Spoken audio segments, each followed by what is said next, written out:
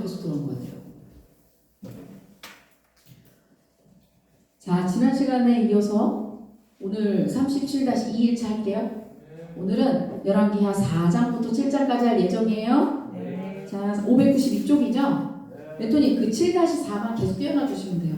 그거 한 번만 띄워놔 주시고 한 번만 확인할게요. 열왕기하 지난번에 개요했죠? 생각나요? 오늘은 또 1장부터 10장까지 그 안에 포함되죠? 엘리사의 활동 나오고 뭐 예후왕의 죽음 나오지만 오늘 이렇게 할게요. 네, 이제 됐습니다. 다시 한번 하겠죠? 자, 여러분 오늘 개요는 없어요. 할게. 자, 1장부터 7장까지는 선지자 누구의 활약이라고요? 이거 용어요? 용어인가? 엘리사? 엘리사의 활약이 나와요. 엘리사는 뭘 많이 행했다고요? 스승보다? 스승 누구야? 엘리사의 스승은? 엘리야보다 뭘 많이 행했다고? 기적. 심지어 어떤 기적까지 썼다고? 누구를 살려? 뭘로 살렸어 근데? 자신의 얘기잖아. 자신의 뼈. 그쵸? 내 말이 아니야. 입이 없어. 어? 자, 여러분 제가 또 1장부터 3장까지 좀 설명할게요. 지난 시간에 지금 또 일주일이라는 시간이 흘렀잖아요. 그죠? 여러분 1장부터 8장까지는 남북 왕들의 통치가 소개돼요. 그 다음에 엘리사의 초기 주요 사기죠. 초기 주요 사역과 더불어서 그게 남북 왕들의 통치가 소개돼요. 특별히 엘리사야는 이적이 동반되는 경우가 많다는 특징이 있다고 했어요. 엘리사는 엘리야가 승천했죠. 승천하고 나서 그 선지자 중에 누구에게 계승됐다고? 엘리사에게 계승됐어요. 2장이 그런 게 나와. 그 겉옷을 받았지. 그 다음에 그 겉옷, 엘리야의 겉옷으로 엘리사가 뭐 했어요? 받자마자 어떻게 했어? 어디불 요단강을 쳤잖아. 그래서 갈라서 걸어왔죠. 건넜죠. 그런 이적이 있었고 또 여리고성에 어떤 이적을 일으켰지? 지난 시간에? 그렇지. 오유. 와, 역시 필기의 힘이야 이게. 네, 여러분. 물을 어떻게 했어? 그 물 때문에 다 죽었다 그랬잖아. 생명 있는 것들은. 열매도 떨어지고 아이도 유산되거나 죽고 그랬다 그랬죠. 수질 정화 이적이 있었고 또 있잖아. 나으르들이 막 대머리야 올라가라 이렇게 하고 어떻게 됐어? 암곰이 나와서 몇 명을 죽였지? 그치, 그런 것도 안 까먹어. 내가 맨날 물어보잖아. 며칠은 맨날 틀리면서 이 42명 안 까먹어. 자, 그 42명 아이를 찢은 이적이 소개되잖아. 2장에 그게 나오잖아요. 기억나죠? 자, 이거 됐고. 여러분, 그런 이적 있잖아. 물 정화하는 이적과 엘리사를 조롱하던 아이들을 암곰이 나서 찢어 죽이게 한 이적. 이걸 뭘 말하냐? 여러분, 하나님은 이스라엘 백성들을 회복시키기 원하세요. 늘 회복시키기 원하세요. 그래서 이스라엘 백성들을 회복시켜서 본래 하나님 백성답게 살도록 이끄시는 그 축복이에요. 여러분, 우리가 원래 정체성을 회복하는 여러분 축복입니다. 아시겠어요? 그런 축복의 사역과 걔네들이 왜 찢겨서 죽었지? 나으르들이 왜? 그걸 뭘 대적하는 것과 똑같다 그랬어. 엘리사 한 사람을 대적하는 게 아니라 엘리사를 세우신 선지자적으로 계승하게 하신 하나님을 대적하는 거랬잖아요. 그러니까 하나님의 사역자를 경멸했잖아. 거부하는 우상숭배자들이었죠. 그러면 하나님의 저주가 임한다는 거예요. 그런 사람에게는. 네. 근데 요새 좀 이런 건 있어요. 사실은 여러분 이게 좀 고민되는 부분이에요. 요새 조금 잘못되이 행하는 목회자님들이 많으시잖아요. 솔직하게 얘기해서. 그런 거 뉴스 못 봤어요? 여러분이랑 셔런 못 본 얼굴인데 좀 뉴스에 그런 게 많이 나와요. 그런데 어떤 분은 그러는 거야. 얘기를 하면 하나님이 정말 함부로 그런 얘기하면 하나님 판단해야지. 절대 그런 얘기는 꺼내면 안 된다. 또 이렇게 말씀하시는 분이 있고 그렇지만 우리가 분별하고 판단을 해야 돼요. 오늘 말씀하시죠. 목사님께서 또 설교 저주를 하면 안 돼요. 그쵸? 선을 넘는 발언을 하지만 우리가 그런 상황과 그런 일들을 봤을 때 분별을 해야 합니다. 이해돼요? 여러분? 내가 함부로 뭐 말을 할 수 없지 라는 게 잘 모르겠어요. 함부로 말을 하면 안 되죠. 그렇지만 우리가 영으로 진리를 기준으로 분별하고 판단을 해야 돼요. 아무거나 따라가면 안 되고 아무거나 들으면 안 돼요, 여러분. 이해되십니까? 자, 그래서 그럼 하나님의 저주가 임했다. 확증했다. 그리고 앞으로 이 두 사건을 통해서 앞으로 엘리사가 이런 종류의 사역을 하겠구나. 이런 사역이 엘리사의 기본 성격이 되겠구나. 우리가 생각할 수 있어요. 그런 기능을 하는 사건이에요. 자, 3장 이제 이어지죠. 북이스라엘 제9대왕 여호람이 나와요. 북이스라엘 9대왕 여호람 이름이 똑같아서 뭐라고 부른다 그랬지? 요람. 맞죠? 기억나요? 남한국에도 여호람이 있어. 동명이인이야. 그래서 이 사람 요람. 이 여호람이 결성했잖아. 연합군. 어디를 칠 때? 어느 나라 칠 때 연합군 결성했어? 아니야. 모압 원정 때. 모압 원정 때 여러분 여기서도 기적이 일어났어. 그치, 물이 없었잖아. 그래서 골짜기에 물이 가득 차게 해서 마시멜로 공급했던 기적이 일어났어요. 엘리사가. 기억나죠? 그래서 3장에서 엘리사가 이스라엘 연합군을 도와서 모압에 대한 승리를 하긴 했는데 약간 껄쩍지근했다 그랬잖아요. 이기긴 했지만 약간 그런 뉘앙스가 있다고 그랬잖아요. 기억납니까? 오늘날 4장이에요. 4장에는요 무려 5가지 이적이 차례로 소개돼요.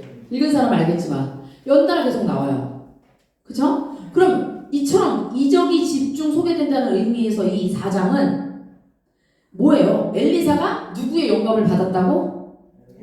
선배 엘리야의 영감을 갑절이나 그러니까 계승했다는 그런 이적의 사람을 보여주는 대표적인 장이에요. 4장은. 그리고 여러분 이 엘리사 선지자의 활약을 통해서 이런 활약상을 통해서 이 4장은요 이스라엘 지도자들의 그 범죄 지도자들이 계속 범죄하잖아요. 왕들이 범죄에도 불구하고 하나님께서는 당신의 그 신실한 백성들에게 그러니까 지도자들의 범죄에도 불구하고 하나님께서는 당신의 신실한 백성들에게 변함없는 사랑을 베푸시는 분이다. 변함없는 사랑을 베푸시는 자비로운 분이시라는 걸 우리에게 명확하게 보여주고 계십니다. 그래서 5가지 이적 기사 중에서 첫 번째로는 1절부터 7절까지 나와요. 이제 읽을 텐데 우리가 한 선지자 생도 그러니까 제자예요. 선지자 제자가 죽어요. 그 미망인이 생겼죠. 부인이 미망인의 가정을 도와줘요. 엘리사가. 그런 이적이 소개되고 8절부터는 두 번째 이적. 제가 공궤가 무슨 말이라고 한자로 공궤가 여러 번 설명했잖아요. 공궤. 음식으로 이렇게 섬긴다. 음식뿐만은 아니겠지만 주로 두 번째 그러니까 엘리사를 공개한 아이를 갖지 못한 수넴 여인이 나와요. 수넴 지방. 수넴 여인에게 아들을 낳게 해줬어요. 불임이었는데 아들을 낳게 해서 그 아이 읽은 사람 알 텐데 그 아이가 어떻게 돼요? 죽어요. 그러자 다시 어떻게 엘리사가 살려요.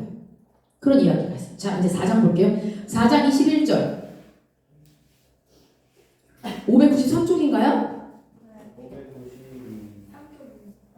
4장 21절 맞아요? 자 여러분 큰 목소리로 똑바로 읽을게요. 시작. 어머니가 아이를 안고 올라가 하나님의 사람이 스네 심지에 눕혀 놓았습니다. 그리고 문을 닫고 나왔습니다. 아멘. 자 아이가 어떻게 된 거예요? 그 수넴 여인의 아이가 죽은 거예요. 죽었어요. 여러분 부모님이 죽으면 땅에 묻지만 그 얘기 들어봤죠? 네. 자신의 아이가 죽으면 가슴에 묻는다는 얘기가 있어요. 여러분 상상도 못하죠? 자녀를 안 낳았기 때문에.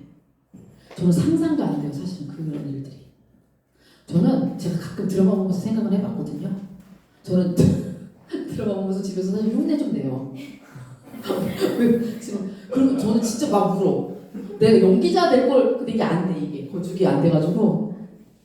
근데 요새 개성 있는 연기자도 많더라고요. 그래서 진짜 눈물이 펑펑 나요. 그러면 나는 진짜 실성할 것 같더라고요. 생각만 해도 제정신으로 못 살 것 같아요. 제정신으로 살 수 없을 것 같아요. 어쨌든 이 아들의 죽음을 맞은 거야 이 수넴 여인이. 얼마나 가슴 아프겠어요, 그쵸?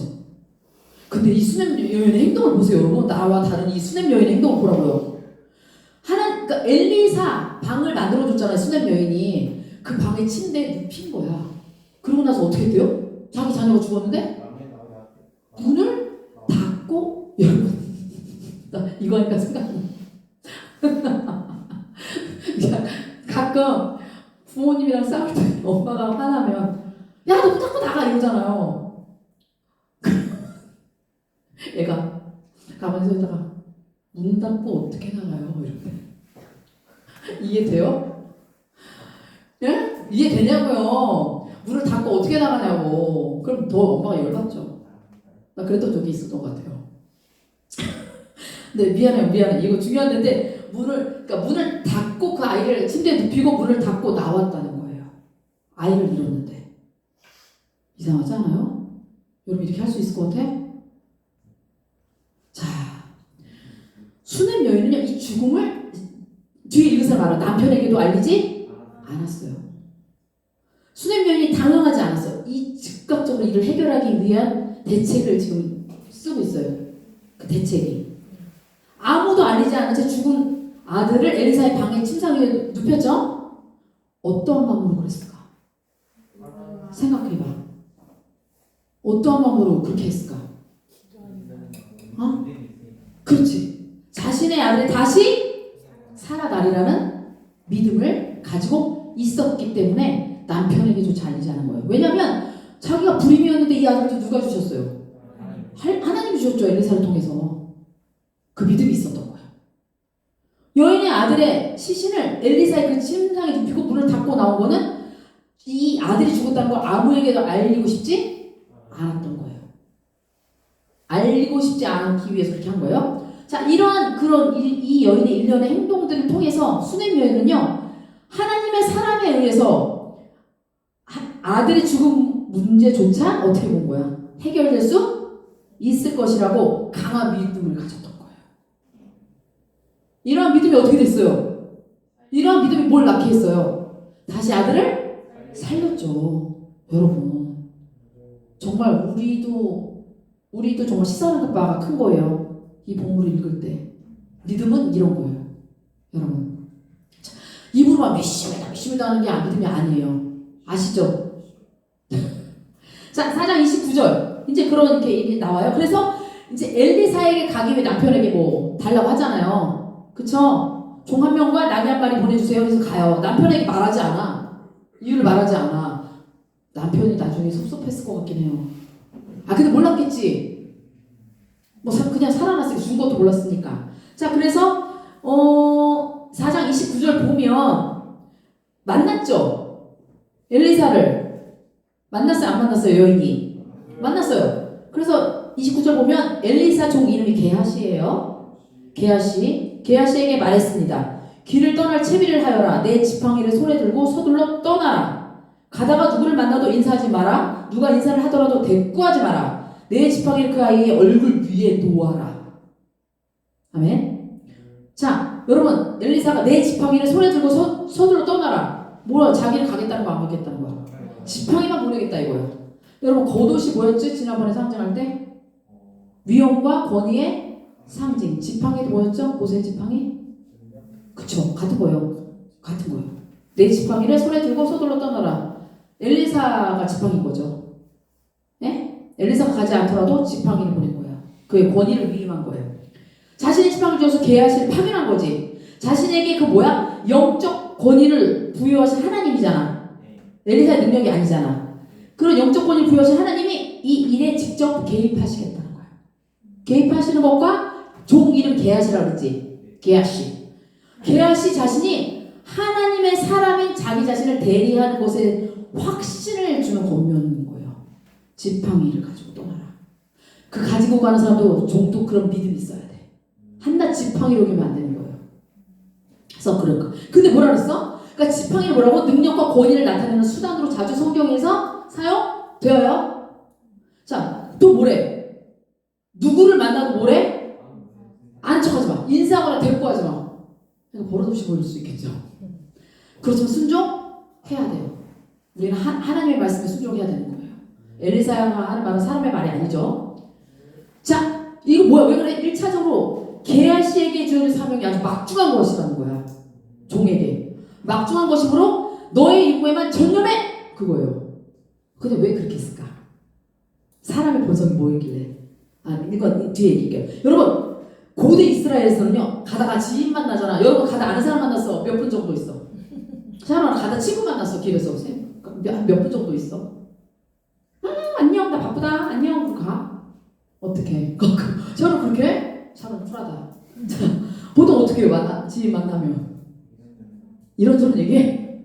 자 고대 이스라엘에서는 길거리에서 지인을 만나게 되면 최소 10분 이상 소요된대요. 볼 비비고 뭐 걔는 볼 비비는 인사 아니에요? 거기도 아마 그럴걸요? 인사 10 최소. 보통 그럼 계약시 이렇게 해야 돼 안 해야 돼? 그냥 안 해야 돼? 지팡이 들고 볼 비비고 다 하나님 나한테 이걸 버리고 나를 쫓아서 이러면 사용을 해야 되고 이렇게 해야 돼요? 안 돼. 하지만 엘리사가 단지 그의 종을 사환을 최대한 빨리 가게 하기 위한 목적만을 가지고 이 말을 한 거나? 그러니까 아니다. 최대한 빨리 가기 위해서 이 말을 했을까? 무엇보다도 여러분 뒤에 게하시 내가 지난 시간에 설명했지? 몰래 뭐 받았어? 그치? 뇌물은 아니고 그 사람 그냥 준 거야. 받았잖아. 허영심이 있어. 정직하지가 않아. 게하시는. 그러니까 엘리사가 알았던 거야. 그러니까 대꾸하지마 인사하지 마. 그냥 가 이랬던 거예요. 그러니까 왜 게하시가 그 자신의 그 사명을 받은 임무를 말할까? 다른 사람들에게 팔설 막 줘가지고 내가 스스로 이적을 행한 것처럼 얘기해. 우리가 사실은 뻥튀기 부풀리려는 본성이 있어요. 저도 있어요. 살짝 양념 MSG 그래. 그래야 나만 그래요? 살짝 치잖아요. 아버님 치죠? 오케이. 그래서 그렇게 못하게 하기 위한 목적도 물론 신속히 가야 되는 것도 있어요. 그런 목적도 있어요. 그죠? 그 다음에 내 지팡이를 그 아이의 어디에 올려놓으래? 얼굴. 맞아 머리가 얼굴이에요. 머리 여기? 얼굴 위에 올려놓아라 그렇게 있죠. 자 여러분 근데요 지팡이를 죽은 아이의 얼굴 위에 놓은 행위는 고대 근동지방에서 있었어. 고대 근동지방에서 주술적으로 병을 치료할 때 자주 이용되던 방법들 중 하나인데 에이 그 엘리사 유행하던 거 했네. 아유 좀 방법이 달랐어야지. 난 이렇게 생각이 됐어. 내 짧은 생각으로 좁은 소견으로. 그런데 여러분 근데 하지만 여기서는 주술에 의존하는 행위가 당연히 아니겠죠. 그렇게 보면 안 된대요. 이 주석 쓰신 분이 저를 혼내셨어요. 그렇게 볼 것이 아니라 엘리사 선지자에게 임한 하나님의 능력이 아이에게 임해 하나님의 큰 기적이 나타나길 바란 상징적 행위를 보아야 좋답니다. 아시겠죠?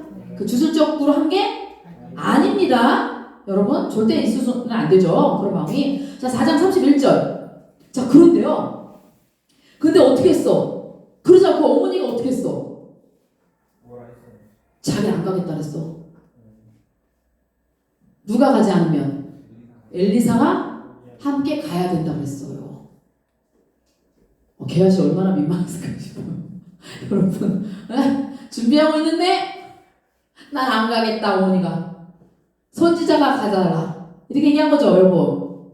자 그래서 근데 봐봐요. 그러고 나서 4장 31절 읽으면 그래서 엘리사도 자리에서 일어나서 같이 갔어요. 다 여자를 따라갔어요. 엄마를. 게하시가 먼저 가서 지팡이를 아이의 얼굴 위에 올려놓았어. 그러니까 게하시가 먼저 출발하게 했나봐요. 가서 얼굴 위에 올려놓았는데 어떻게 됐대? 아이는 미동도 없어. 소리도 내지 않고 움직이지도 않았어. 속된 말로 게하시의 영빨이 없었던 걸까요?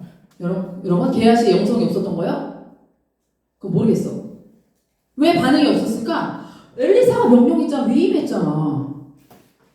이거 이상하지 않았어요? 여러분 읽으면서? 게하시가 가다가 누구한테 인사하고 말했을 것 같아요? 자, 엘리사는요 처음에 수넴에 안 가려고 했잖아요. 그냥 게하시만 보내려고 했잖아. 지팡이만 보내려고 했죠. 잠깐 들어봐. 자기 그 종과 그의 권위를 상징한 지팡이를 함께 보냈잖아. 그런데 종을 보낸 후에 어떻게 됐어? 계획이 엘리사의 계획이 수넴 엄마를 통해서 변경됐지. 그죠? 가지 않으면 난 절대 가지 않을 거예요. 그 엄마의 이야기를 듣고 그 어머니의 단호한 믿음의 결심을 보고 그의 계획을 변경했단 말이야. 이런 관점에서 봐야 돼요. 그 지팡이에 의한 최초의 신앙의 주장은 고치는 게 맞아요. 그쵸? 엘리사가 위임했기 때문에. 그렇지만 그가 직접 가기로 결정한 순간에 무효가 된 거지. 지팡이만 보냈으면 다르지. 근데 계획을 변경해. 무효가 되었으면 이 결정의 변경을 통해서 이 계획이 바뀐 걸 통해서 주님은 이 기적적인 행위의 영광을 여러분 그의 선지자의 직접적인 중보의 기도를 통해서 예비해 주셨던 거예요. 어렵지? 그러니까 이 선지자가 안 갔으면 치유가 일어났을 거예요. 계획을 변경했잖아요. 그러니까 하나님께서 이 선지자를 통해서 그 일을 행하시기로 바꾸신 거지. 이해돼요, 여러분? 안 되면 안 된다고 얘기해야 돼요. 돼요? 하지만 여러분 근데 여기서 뭘 간과해서는 안 돼? 어머니의 믿음. 그러니까 엘리사가 변경한 것도 있고 계획을 수넴 여인의 믿음과도 무관하지 않아요, 여러분. 여러분 우리가 이걸 봐야 돼. 기적은 어떻게 일어나는 거야? 하나님 일방적으로 이루어지리라 일어나요? 물론 그럴 때가 있어요. 그쵸? 하나님이 일으키신 기적적인 역사에 이를 청원하는 수넴 여인의 믿음의 여부가 있었던 거야. 믿음의 여부는 게라 씨가 한 일의 결과에 영향을 끼칠 수 있는 충분한 이유가 돼요, 여러분. 이 어머니의 믿음. 네? 그렇습니다, 여러분. 믿음은 정말 이렇게 중요하고 대단한 거예요. 우리가 근데 그렇게 중요하게 생각하지 않죠? 여러분, 이게 기도해라, 성령 받아라, 믿음을 가져라 이게 너무 많이 들었어. 이게 너무 익숙해갖고 이 말의 무게와 가치를 몰라요, 우리가. 너무 자주 들어서. 믿음 중요해요, 여러분. 아시겠죠? 자, 4장 39절 넘어가요. 뒤로 넘어가요. 자, 이제 또 다른 기적이 나와. 뭐예요? 엘리사가 또 독을 없애네? 또 가뭄이 들었대요, 그 땅에. 또 그래서 엘리사가 종한테 불 위에 큰 솥을 올려놓고 이 사람들을 위해 국을 끓여라. 그런데 그 가운데 한 사람이 나무를 캐려고 들에 나가다가 야생동굴을 발견했습니다. 그는 야생동굴에서 박을 따서 자기 옷에 가득 담았습니다. 근데 이걸 보고 어떻게 됐어? 사람들이 소리를 지르고 그게 독이 있습니다. 더 이상 먹을 수 없습니다. 또 기적을 일으켜요. 자, 여러분 야생동굴이 뭔지는 몰라요. 뭔지는 정확히 알 수 없어요. 그런데 내가 찾아보니까 두 가지 견해가 있대요. 이 야생동물에 대해서. 먼저 히브리어를 라틴어로 쓴 거를 벌게이트역이라고 하거든요. 히브리어를 라틴어로 쓴 거. 라틴어 알죠? 그걸 벌게이트역. 무슨 역 이렇게 얘기해요. 우리 개정개역이라고 얘기하잖아요. 벌게이트역이라고 하는데 여기서는 뭐라냐? 콜로시티다스라는 식물로 보는데 이게 또 왜 이해가 되는 게 참외 오이 이런 걸 외과에 속하는 식물이라고 하거든요. 외과, 참외. 외과에 속하면 황가을 세르티 오렌지 크기 열매래요. 콜로시티다스가. 근데 이 열매는 약간 비슷해. 매우 쓰고 먹으면 복통과 신경통을 유발한대요. 그래서 요게 아닐까라고 생각을 할 거예요. 뭐 중요한 건 아니지만 상식으로. 그러니까 박이라는 거 있죠. 박이 뭐야? 박과에 속하는 동물. 뭐 있어? 수박, 호박, 오이 뭐 이런 거. 안 좋아하는 그런 거 박과에 속하는 채소에 하나요? 근데 개혁은 들호박이라고 번역했어. 들호박. 넘어갈게요. 자, 4장 40절. 자, 여러분 내가 아까 읽었죠? 사람들이 국을 그릇에 먹기 시작했는데 뭐라고? 독! 뭐라고 소리 질렀어요? 하나님의 사람이요! 국에 독이 있습니다. 그랬죠? 여러분 원문에는 독이라는 단어가 없어요. 원문에. 우리나라 성경에 독이 있죠. 독이 없다. 원문에는. 단지 마웨트가 뭐냐? 죽음, 사망이라. 마웨트가 있다 이거예요. 독이라는 말이 아니야. 마웨트, 죽음, 사망 이란 뜻이에요. 한글 개혁 성경에 죽음의 독이란 의역한 거지. 근데 원어를 보니까 어떻게 충분히 그럴만하죠. 그쵸? 본문의 뉘앙스 아말렉스를 충분히 살리게 올바로 한 거예요. 독이라는 단어, 직접적인 단어는 없지만 왜냐면 죽음과 사망이 뭐예요? 우리 똑같은 거잖아요. 독이 올 때, 그쵸? 그래서 이거는 엘리사의 세 번째 이적이에요. 자, 5장 넘어갈게요. 어느 장군이 나와요? 아람왕 베나다신가? 군대 장관 누구예요? 나만. 근데 이거 참 나만. 자, 여호와께서 나만을 통해 아람이 승리하게 하셨기 때문입니다. 여러분 5장은요. 나만이 어떤 병에 걸려요? 한센병이죠. 문둥병, 나병 뭐. 근데 약간 문둥병이라는 말은 조금 아름답지 않은 표현. 그쵸? 한센병 뭐 그렇게 얘기는 하지만 여기 문둥병이라고 나왔어요. 문둥병에 걸린 나만이 무슨 사건이 나와요? 치유받잖아요. 그쵸? 치유받는 사건이 나와요? 어쨌든. 자, 넘어갈게요. 자, 5장 6절 보세요. 5장 6절. 여러분 읽을게요. 시작. 나만은 이스라엘 왕에게 편지를 전해주었습니다. 그 편지에는 내용 나만을 왕에게 보내니 그의 문둥병을 고쳐주시오라고 적혀있었습니다. 아멘. 이거 누구에게 쓴 거예요? 그 아람 왕이 그치.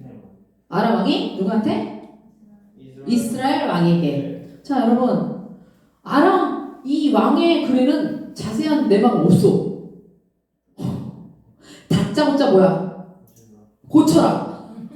이스라엘 왕한테. 왕 대 왕이잖아요. 종이 아니잖아. 다짜고짜 그 신하의 병을 고쳐달라는 내용만 나와요. 이러한 일방적인 통보 형식의 글이 왜 가능했을까? 왕 대 왕인데. 그치? 약소국이었어. 북이스라엘이. 아람에 비해 약소국이었기 때문에 여러분 이때 아람 왕은 누구라고? 아니 이스라엘 왕은 누구라고? 아까 내가 뭐랬지? 본명이 원래 본명은 여호람. 살짝 자신 없어. 요람이에요. 네. 자 5장 17절 볼게요. 자 이제 그 중간에 17절까지 어떤 내용이 나와요? 나만이 갔죠. 여러분 근데 그 알아요? 엘리사를 찾아갔으나 누가 나왔어? 누가 나왔어? 그의 저기가 나와서 나만 몰게 돼서 자기가 직접 찾아가면 어? 그런데 뭐라 그랬어? 어떤 말만 들었어? 요단강에서 몸을 7번 씻어라. 그러니까 나만이 어떻게 했어? 화냈어. 왜? 왜 화냈어요? 나만이 왜 화냈어? 귀찮게 해서? 그렇지. 또 내가 그랬죠. 여기 막 얘기하잖아. 다마스커스에는 아마나 강이나 바르벨 강이 이스라엘에는 어떤 강보다 좋지 않니? 그런 강에서 내가 씻는 것이 낫겠지 않니? 이렇게 얘기했잖아요. 요단강 내렸잖아. 되게 폭이 좁고 더러운 흙탕물이에요. 여러분 요단강 깨끗한 물이 아니에요. 근데 기본적으로 자존심 상했어요. 엘리사가 직접 자기한테 나와서 안수해줘서 치유해줄 줄 알았죠. 자 그런 일련의 행동들이 있는데 어쨌든 와 진짜 좋은 종을 만났어. 장군님 더한 행동도 장군님이 하지 않았겠습니까? 이보다 더한 행동도 병 낫기를 위하면 할 수 있잖아요. 좋은 종을 만났어요 진짜. 그래서 종의 말대로 했어요. 그래서 고침 받았죠? 자 그 뒤에야 5장 17절. 그래서 너무 고마운 거야. 감사한 거야 나만이. 그래서 뭐라고 얘기해? 17절 읽을게요. 시작. 또 바꿔.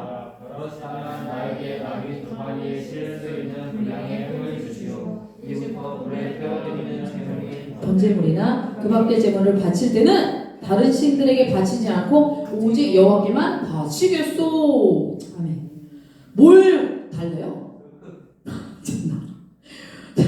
왜 흙을 달래는 거야? 그러니까 왜? 여러분 이런 게 다 뭐야? 어떤 의미야? 주술적이지. 근데 우리가 다 이래요. 제가 지난번에 천주교 얘기했죠. 만약 천주교면 이런 흙도 되게 숭상했을걸? 자, 굳이 흙이 얼마나 많아? 번제 드리려면 세고 세게 온천지가 흙인데 굳이. 근데 이스라엘의 흙을 가져가려 한 나만의 행동 어떻게 봐요? 연약한 신앙이죠. 여러분 연약한 신앙을 반영하는 거예요. 즉 나만은 아직도 뭘 벗어나지 못했다. 당연하지. 이제 치유를 경험했는데 아람인데 당연해요. 나만은 아직도 당시에 그 지역신들이 있었잖아. 여기 가면 무슨 신, 여기가 저기가 무슨 신이 용하다더라. 지역신의 개념에서 탈피하지 못한 거야 나만은. 그러니까 이스라엘의 지역신이 있어서 이걸 지역신을 본 거죠. 그 흙을 가져가야 된다고 생각한 거야. 그 지역신의 개념을 탈피하지 못해서 이스라엘의 흙을 가져가서 그것으로 단을 쌓아하려고 했던 거야. 번제단. 단을 쌓고 하나님께 제사하려고 했던 어떻게 보면 좋은 마음이죠? 그쵸 여러분? 그렇게 했던 거예요. 그러니까 그는요 아직도 하나님을 지역신으로 본 거야. 아직까지도 이스라엘 하나님 여호와께서 하나님 어떤 분이 무소부재하신 분이죠. 하나님은 동시에 세계에 다 계실 수 있는 분이에요. 그쵸? 네? 전능하신 무소부재하시고 온천지 충만하신 유일하신 하나님이잖아. 그런 하나님에 대한 이해까지는 당연히 없었던 거지. 근데 여러분 우리는 알아요? 우린 이렇게 하나님에 대해서 알고 있어요? 하나님 어디나 계시잖아. 내가 응가할 때도 계시고 내가 뭐 딴짓 할 때도 계시고 은밀한 범죄를 할 때도 계시잖아. 근데 그렇게 생각하지 않지. 내가 하나님 내 앞에 계시면 그렇게 우리가 죄를 지을 수 없어요. 내가 하나님이 내 앞에 계시다면 예배드릴 태도가 내가 그렇게 될 수 없어. 우리도 나만이에요. 여러분. 자, 저도 마찬가지 여러분. 저 우리라고 했어요. 여러분. 아시겠죠? 네. 그렇게 하고. 자, 그러면 하지만 여러분 이제 어쨌든 이건 귀한 거예요. 아까 그랬잖아. 되게 화냈잖아. 성질냈잖아. 변화된 거예요. 나만은. 그의 변화된 내면의 모습을 상징적으로 드러내주고 있는 거예요. 아직 지역신을 탈피하지 못했지만 여러분 대단한 거예요. 아람 부대장관이. 자, 그런 것이기도 해요. 불과 얼마 전에 문득병 치유를 위해서 막 멸시했잖아. 유다강에서 씻으라고 하니까. 대비를 이루죠. 극명한. 어쨌든 그렇게 내면의 나만이 변화가 되었다 상징물로 이해하면 됩니다. 아유 이거 아직도 지역신 탈피하지 못했네 이렇게 비난하지 말고 전 설명을 해줄 것 뿐이에요. 여러 가지 다 변화되었다. 자 5장 18절. 자 뒤에 그러나 여호와께서 한 가지만은 용서해 주시기 원합니다. 내 주인이 림몬 신전에 들어가서 예배할 때는 내 부축을 받아서 신전에 들어가야 하는데 그때는요 나도 머리를 숙여야 하는데 여호와께서 이것만은 용서해 주시기 원해요. 얘기한 거야. 왜냐면 군대장관이니까 아람 왕을 부축하면서 림몬 거의 우상이죠. 림몬 신전에 들어가는 거야. 자 여기까지 변화가 있는 거예요. 여러분 나만은. 자 림몬이 뭐야? 우레라는 뜻이죠. 알지? 우레. 번개는 우레라고 하나요? 뭐예요? 이거 한자인가 봐. 우레라는 뜻을 지닌 아람의 최고신이야. 림몬 뭐라고요? 우레라는 뜻을 지닌 아람의 최고신으로 그 고대 근동지방이 널리 알려져 있는 여러분 내가 설명했었던 폭풍의 신 하닷과 같은 신이요. 이름만 다른 거야. 하닷 이꼬르 일본식 영어인가요? 맞죠? 하닷 이꼬르 뭐야? 림몬 폭풍의 신 동일한 신이에요? 자 여러분 스가랴 12장 11절에요. 스가랴서라는 게 있어요. 여러분 한 글자로 쓱이라고 하면 스가랴인데 12장 11절에 하닷 림몬 그래서 하닷 림몬이라고 나와요. 하닷 림몬으로 불려지기도 합니다. 여러분 그리스 신화에 등장한 최고신 누구예요? 제우스랑 같은 신이야. 제우스와 동일한 신으로 인식한대요. 이 림몬을. 대단한 신인가 봐. 싸우는 거 알죠? 다음도 떨어져요. 왜 한 칸 떨어져 왜 이렇게 눈 앞에 찰싹 붙었어요? 눈 그렇게 좋아요? 자 제우스와 동일한 신이다. 여러분 당시 아람은 림몬 종교가 국교였어. 림몬이. 그러니까 왕이 들어가서 하잖아. 림몬 종교를 국교를 채택하였고 군대장관이었던 나만 뭐야? 궁중의 예법이겠지. 국교니까 왕과 함께 그 신전에 들어가서 예배를 드려야 했어요. 자 5장 26절 넘어갈게요.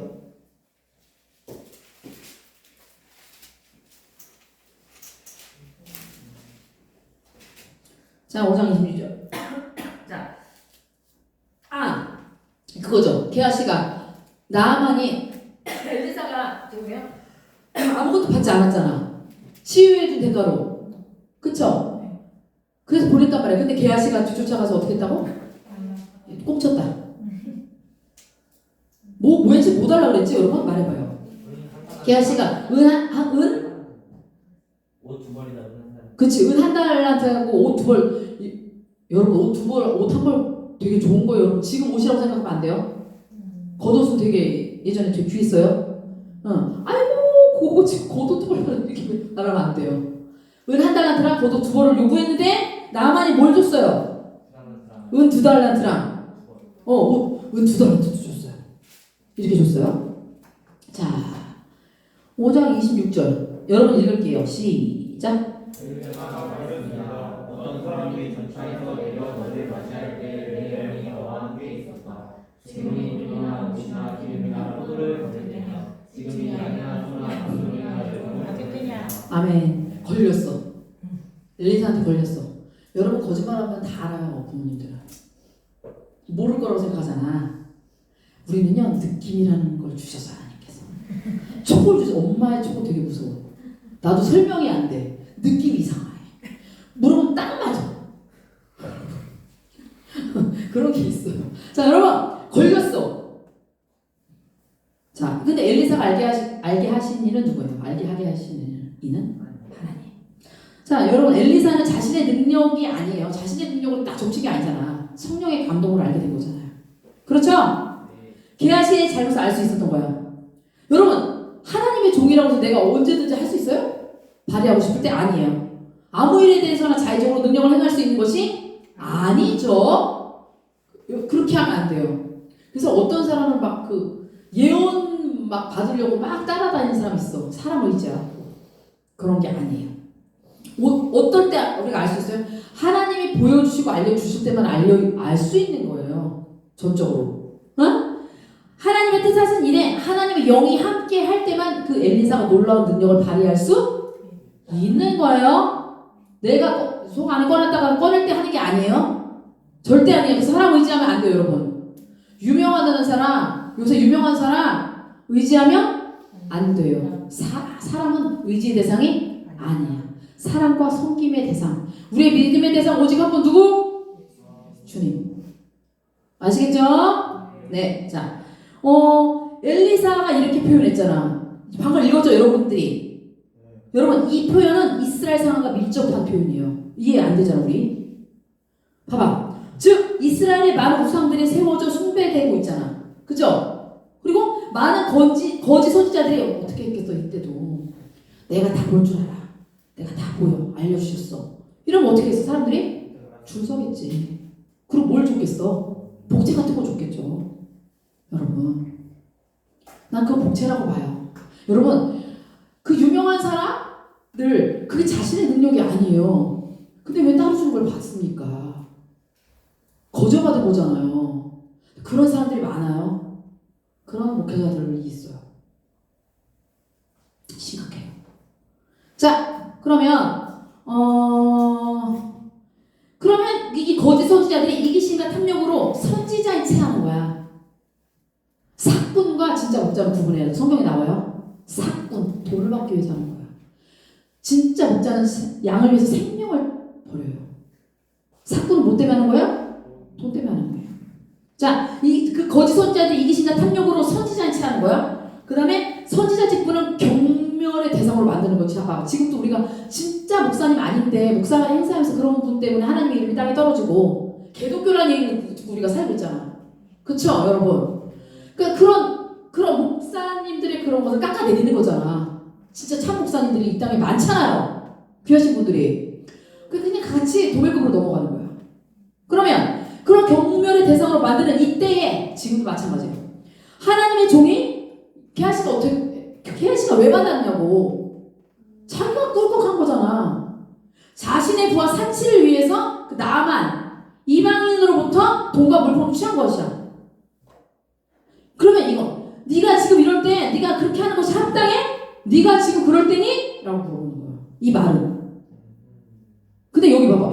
너가 뭐 옷이나 기름이나 포도 받았냐? 양이나 소나 남종이나 여종 받을 때냐? 이렇게 물어봤죠. 질책하는 거예요. 그러므로 게하시가 잘못했죠? 그 거짓말로 나만으로부터 여러분 봐봐. 물론 예물을 받아낸 것도 있지만 더 근본적인 잘못은 뭐라는 거야? 지금 그랬잖아. 지금 때가 어느 때라고? 네가 지금 그거 받아 먹을 때냐? 때를 분별하지 못한 거야. 때의 근본적인 건 잘못했지. 완전 잘못한 거예요. 거짓말로 갈취한 거잖아. 이거는 삥 뜯은 거예요, 여러분. 아, 삥 뜯은 거 아닌가? 나만이 약한 사람 아니야. 삥은 아니야. 거짓말한 거지. 자, 예물을 받아낸 건 더 근본적으로 때를 분별하지 못하고 하나님의 일을 방해한 거예요. 무서운 거예요, 여러분. 여러분이 거짓말하는 거 근본적인 원인이 다른 데 있을 수 있다. 그냥 거짓말한 거로 끝나는 게 아니라는 거예요. 여러분, 무서워요. 나만 무서워요? 여러분의 그런 것들을 하나님의 사역을 방해할 수 있다. 심각한 거예요. 한편 당시 게하시는 나만으로부터 뭐 받았다 그랬지? 은 2달란트하고 뭐 받았다 그랬어? 옷 2벌 받았어. 그런데 이상하지 않아요? 엘리사가 게하시 질책감사한 말 이상하지 않아? 옷 2벌이랑 은 2달란트 받았다니까? 나만 이상해? 돈 받았는데? 이거 받았어? 뭐 포도 받았어? 기름 받았어? 양하고 소하고 남종이나 여종 받았어? 근데 왜 이렇게 말하는 거야? 왜? 이 본문 전체를 직역하면 이 의문점이 풀려요. 직역하면. 여러분, 그 은을 받으며 뭐라고 나와? 이거 우리 성경이 없고 제가 원문에 뭐라고 나오냐면 그 은을 받으며 앞에 나와. 은을 받으며 옷들과 감람원들과 포도원들과 양과 소와 남종들과 여종들을 받을 때냐? 라고 나와요. 은을 받으며 즉 뭐야? 원문을 볼 때 그 은과 나머지 물품들이 분리되어 있어요. 돈하고 뒤에 물품들이 분리되어 있어. 분리되어 나 원문에는 우리 성경이 안 보여. 이로 볼 때 뭐야? 나머지 물품들은 뭘로 살 수 있는 거야? 은으로 나머지 살 수 있는 대표적인 물품이야. 그때 당시 살 수 있었던. 자, 또한 이런 물품들을 왜 나열했을까? 쭉 나열했잖아. 왜 나열했을까? 당시 거짓 선지자들이 많았다 그랬잖아요. 지금과 마찬가지로 탐욕스러웠던 사건들, 거짓 선지자들이 돈을 착복해, 그죠? 돈을 착복해서 이런 것들을 구매했다는 거야. 그런 구매하는 그런 사람들 행위 타락하는 상황을 염두에 두고 이렇게 열거한 거예요. 엘리사가 거짓 선지자들의 행태. 자, 그렇게 볼 수 있어요. 여러분, 은 1달란트가 얼마인 것 같아? 은 1달란트 6천 드라크마. 1드라크마 알죠? 6천 드라크마래. 멘토님의 욕해서 안 됐어. 고개 떨어질 것 같아. 괜찮아요? 자, 은 1달란트가 뭐라고? 6천 드라크마인데 여러분 1드라크마가 어느 정도의 가치가 있을까? 노동자 하루 품삯. 자, 그럼 잘 들어봐. 6천 드라크마야. 은 1달란트가. 그 노동자의 6천일 품삯. 6천일 환산해봐. 내가 할때 18년이었나 몇 년이었어요. 그럼 어떤 돈이야? 은 1달란트가 엄청난 돈이잖아. 6천일에 해당하는 일당이라니까? 노동자가? 어떤 면에서 보면 뭐예요? 엘리사는요, 게하시는 누구의 종이야? 참된 선지자인 자신의 종이잖아. 게하시가 참된 선지자인 종인 게하시가 이 탐욕에 물든 거짓 선지자들에게 전철을 밟고 있는 게 너무 개탄하는 거야. 여러분, 근데 엘리사도 되게 마음 아팠을 것 같아요. 네, 알겠어요. 그 마음을 제가 오늘 아침에도 느끼고 나왔거든요. 이따가 나눌 때 얘기할게요. 너무 마음 개탄스러운 거예요. 자, 그러면 6장 넘어갈게요. 자, 그거 나와. 잃어버린 도끼를 찾다. 우리 그거 있잖아. 자, 6장 1절부터 7절까지는 5번째 이적이야. 이제 마지막 이적인데 뭐야? 나무를 베다가 도끼가 물에 빠졌네. 아 진짜? 엘리사가 뭘 던져 거기다가 도끼를 잃어버렸다고. 이 도끼 중요하죠. 잃어버렸다고 얘기했어. 그러니까 엘리사가 어떻게 행동을 취했어요? 나뭇가지를 던졌어. 근데 도끼가 슉 떨어져. 이 도끼가 네 도끼냐? 그거 알아요? 전래동화 몰라요? 쇠도끼 빠뜨렸는데 산신령이 머리 풀고 하얗게 풀고 나와서 이 금도끼가 네 도끼냐? 뭐 나만 알아요? 그래. 알았어요. 내가 너무 재미없겠구나. 어차피 이런 이야기예요. 도끼 찾았어요? 자, 6장 8절. 자, 아람 왕이 이스라엘과 전쟁을 할 때였습니다. 이제 전쟁이요. 아람의 첫 번째 침입이죠, 여러분. 여러분, 요세푸스. 이제 내가 얘기 많이 했죠, 역사학자 유명한 요세푸스는 이 본 사건의 시대적 배경을 추정하면서 이 아람 왕을 벤하닷으로 봐요. 제가 여러 번 얘기했어요, 벤하닷 때다. 벤하닷으로 보고 북이스라엘 왕 누구라고요? 여호람. 그렇다면 이게 뭐냐면 이 전쟁이 언제 일어났냐? 나아만이 치유받고 몇 년이 지나서 발생한 사건이에요. 자, 25절 넘어갈게요. 6장 20. 자, 전쟁을 했어. 전쟁을 해갖고 사마리아가 어떻게 됐대? 사마리아 맞죠? 완전 포위 당했어요. 사마리아 맞아요? 맞아요. 네, 사마리아가 완전 포위됐어요. 그럴 때 6장 25절 읽을게요. 시작. 그래서 사마리아에 엄청난 굴욕이 있었습니다. 심지어 나병이 일어나가 80세에 가량이 흘리고 그들이 또 4분의 1 가량은 5세계를 그렸을까. 자, 아멘. 여러분, 완전 포위당한 거야. 그러니까 이 식량이 이렇게 공급이 안 되지. 엄청난 굶주림. 그래서 나귀 머리 하나가 은 80세겔. 한번 볼까요? 은 80세겔을 체감 안 되죠? 자, 내가 예전에 다 했어. 은 1세겔 일반 노동자들의 4일 품삯. 4일 품삯. 그럼 이게 나귀 머리가 뭐한 쓸모가 있어? 먹을 게 있어? 없어. 근데 이게 어떻게 거래됐대? 은 80세겔. 그럼 1세겔이 노동자 4일 품삯. 계산해봐요. 그러니까 엄청나게 큰 돈이라는 걸 알겠죠? 이렇게 체감해야 돼요. 자, 4일 품삯이고 또 은 80세겔로요. 곡식을 약 576리터를 구입할 수 있는 화폐의 가치래요. 곡식을 576리터. 어마어마한 거지. 은 80세겔이. 근데 여러분 나귀는요 성경에서 부정한 덕으로 간주해요. 근데 이 부정한 거를 이렇게 거래했다는 거야. 얼마나 먹을 게 없으면.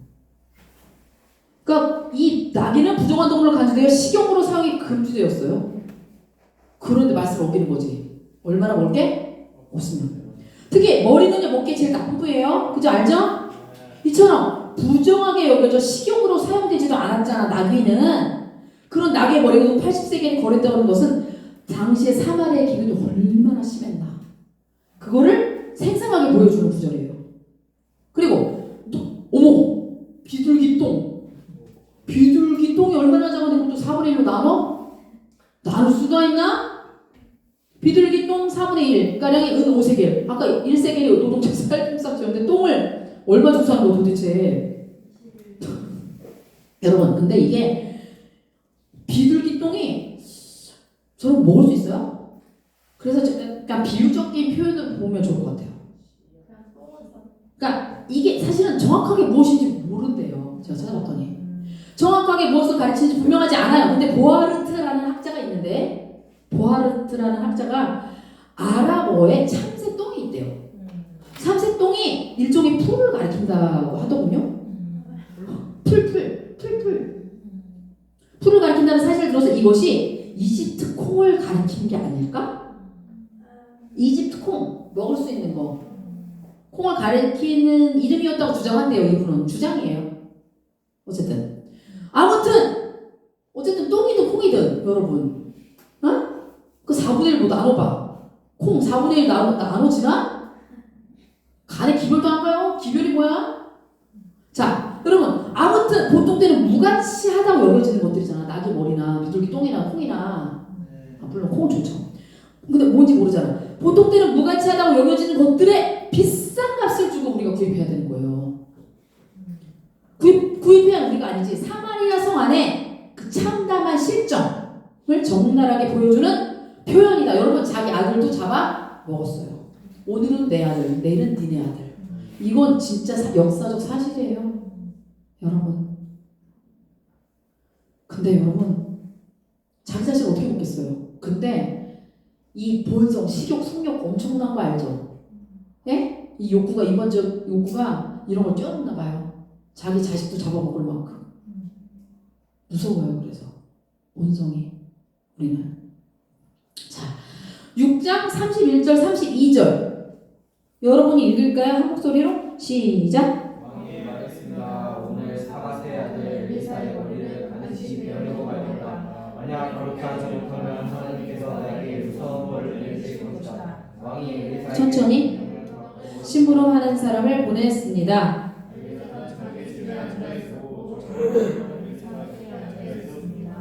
왕이 보낸 사람이 이르기도 전에 엘리사가 사람들에게 말했습니다. 보시오, 이 사신자가 사람들을 보내어 내 머리를 베려하고 있소. 사자가 이르고 눈을 잠그고 열어주시라 하시오. 왕의 발자국 소리도 들리오. 아멘.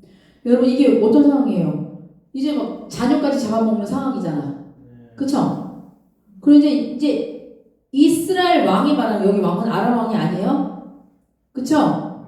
왕이 어떻게 하고 있대? 너 이런 상황들 보고 기가 막혀서 자기 옷을 찢었고 성벽을 따라 걷고 있었고 배의 옷을 입은 거야. 배옷은 알죠? 어떤 때 입는 건지 알죠? 금식하는 상황이나 어려운 상황, 참담한 상황 때 배옷을 입는데 그러고서 왕이 말한 거야. 엘리사의 머리를 반드시 베겠다. 왜? 동대문에서 맞고 왜 엘리사한테 그러는 거예요? 왜? 그 다음에 여러분 이거 우리가 하나님께서 나에게 무서운 벌을 내리실 것이다. 근데 이거는 조금 약간 약해요. 이게 맹세의 구문이에요. 알죠? 비싼 거 많이 읽었을 텐데 여태까지 하나님이 내게 벌 위에 벌을 내리실 거다. 이거 들었던 기억나요? 요게 전형적인 맹세 구문이에요. 맹세할 때 우리는 뭐야? 내 손에 장을 지진다. 이런 거 장도 안 지지면서 그죠? 그러니까 그런 구문이에요. 하나님이 내게 벌 위에 벌을 내리시로다. 이런 맹세 구문까지 사용하면서 왜 엘리사를 죽이려고 했을까? 요람이. 왜? 왜 저자는 이런 말을 기록했을까? 여러분 여기는요 여호람의 아버지가 누구야? 악한 왕 이세벨의 남편 이름 누구야? 이세벨의 남편 아합. 여호람의 아버지 아합과 연관성이 있어요. 부전자죠. 우리 닮잖아요. 좋은 것도 나쁜 것도 닮잖아요. 엘리야가 사역할 당시 엘리사 아니에요?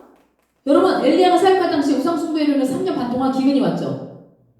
그럴 때 아합은 기근을 엘리야가 기도해서 해결해 줬는데 회개하지 않았죠.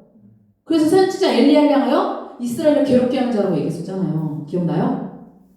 이스라엘 괴롭게 하는 자라고 부르면서 책임을 그에게 돌렸어. 책임 전가했어. 똑같죠.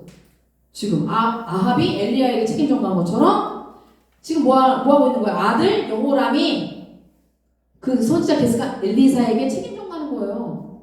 자기가 잘못해놓고서 엘리사 목 베라 그랬잖아. 목 베면 자기가 저주를 받는다고.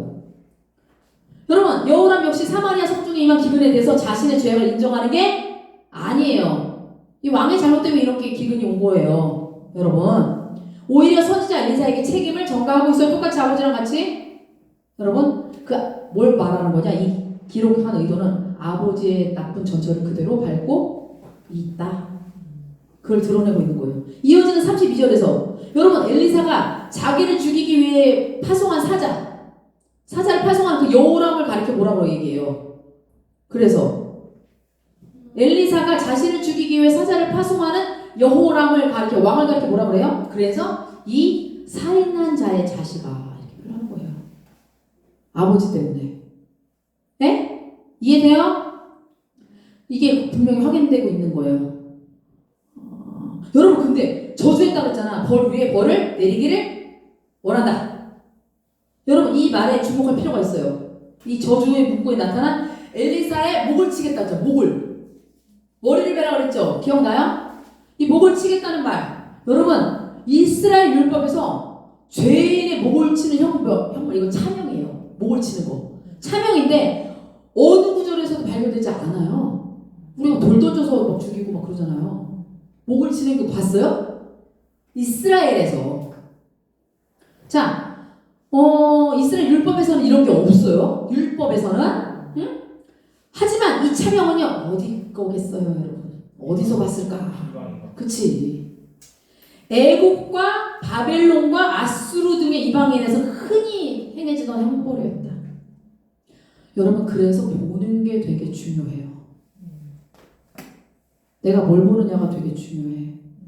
그러니까 제가 할로윈 데이였어요? 여러분, 며칠 전에? 아직 아니에요?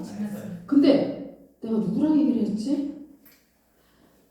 내가 누가 날 보여줬는데 이 중에 한 명이가 머리띠 사진을 보여줬는데 예은인가? 칼로 여기를 찍었는데 피가 철철 흐르는 머리띠인 거예요.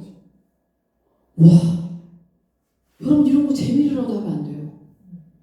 우리가 시각적으로 보는 게 얼마나 중요한데. 마찬가지일 거예요. 아버지로부터 배웠잖아요. 그리고 많은 이방 우상신을 섬기면서 듣고 받겠죠. 여러분. 그래서 무엇에 노출되느냐가 되게 굉장히 중요해요. 여러분 공포영화도 보지 마요. 그리고 좀비 보지 마요. 되게 중요해요. 이 뇌 영적으로 남아요. 뇌 잔상이 과학자도 얘기했어요. 되게 오래 간대요. 보지 마십시오. 아시겠습니까? 정말 가려보고 가요도 가사 보고 부르고 가려 들어요. 요새는 좋은 가사가 없어요. 아시죠? 그러면 이 북이스라엘 왕의 입에서 이 차명이 선포되지는 거잖아. 이방 나라도 아닌데 이스라엘 율법이 없는데 볼 때 북이스라엘에서는 이방 나라의 영향을 받아서 차명이 이루어지고 있었던 것을 봐야 돼요. 율법이 없는데. 근데 여러분 벌 위에 벌을 받게 된 것은 여호람 자신이 되었습니다.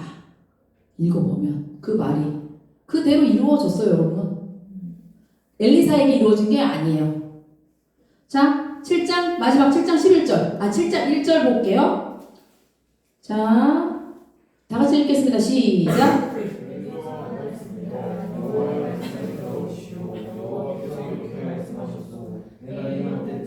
사마리아 성문에서 고운 밀가루 한 스아를 은 한 세겔에 보리 두 수아를 은 한 세겔에 살 수 있을 것이다. 아멘.